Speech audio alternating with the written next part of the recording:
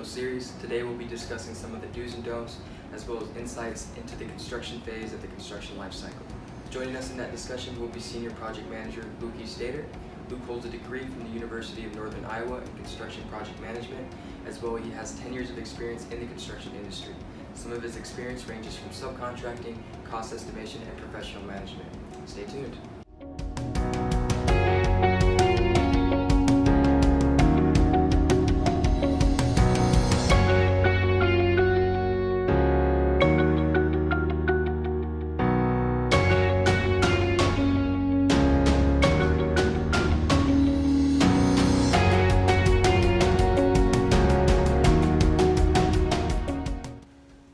Hi folks, my name is Luke Stater. I'm a Senior Project Manager at Fulcrum, and today I'm going to talk a little bit about some construction items and do's and don'ts related to schedule.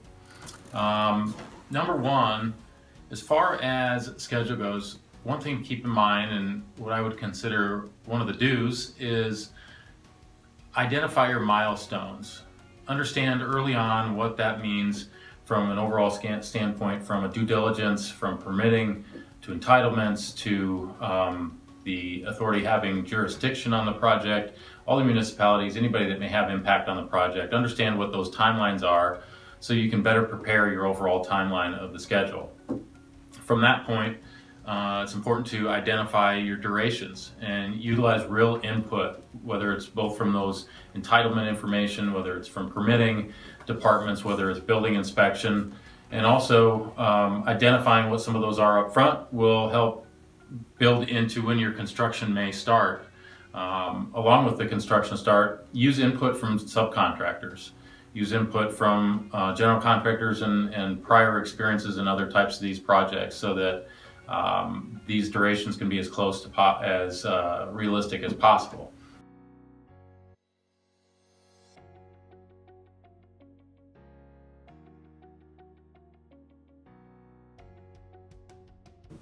Another item to do as you work through the project is to update that schedule often. Doing so will help you identify where you're at. It'll identify and help prepare all entities that are involved in the project with a better idea of when they need to be prepared for certain items, as well as when the turnover dates are going to occur. And the last thing I would say as a recommendation is to evaluate it and execute it. Don't be afraid to test it. Make sure that the durations are hitting when you're anticipating they are to hit, and make adjustments as needed.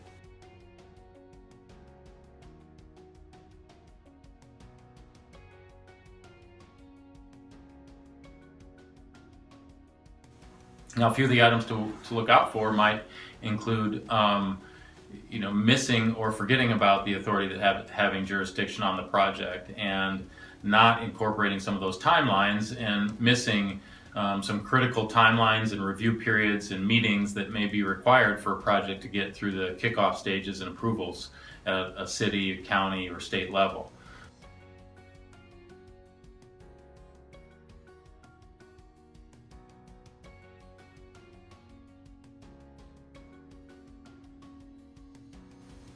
One of the other items to look out for is never underestimate that city, municipalities, and states are also going to have their own schedules and timelines. There might be timelines when they're off and they don't have work. There might be timelines when they don't allow for work to be performed, whether it's, for instance, where's the Super Bowl this year?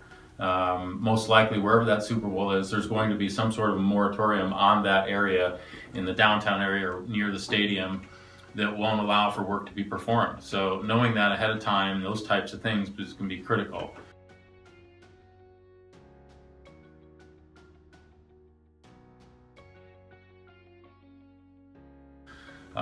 Also, don't forget about weather.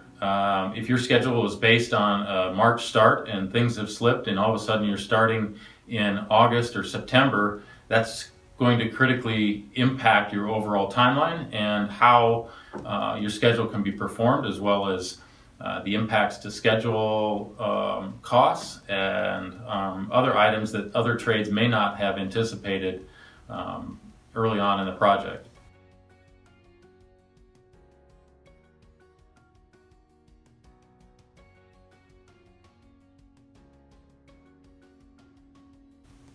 And I guess the last thing to look at would be, as we talked about evaluating and executing the schedule, is don't be afraid to back check the logic and the performance. It has to work.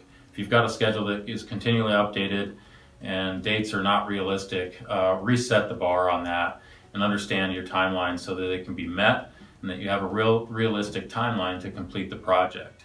Understanding and doing that will allow for the project success.